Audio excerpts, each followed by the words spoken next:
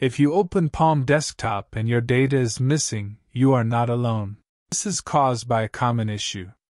Palm Desktop has not been updated in over 15 years, so it is not a good choice for modern computers. The fix is to run Palm Desktop as an administrator.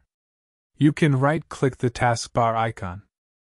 Then right-click Palm Desktop in the list. Click Properties. Go to the Compatibility tab. Check Run this program as an administrator. Reopen Palm and your data will be back. If this does not work, you may need to try restoring a backup. If you use CompanionLink, a backup is created when you sync. You can use the guide linked below to restore that backup. For a more modern Palm replacement, try Deja Office PC.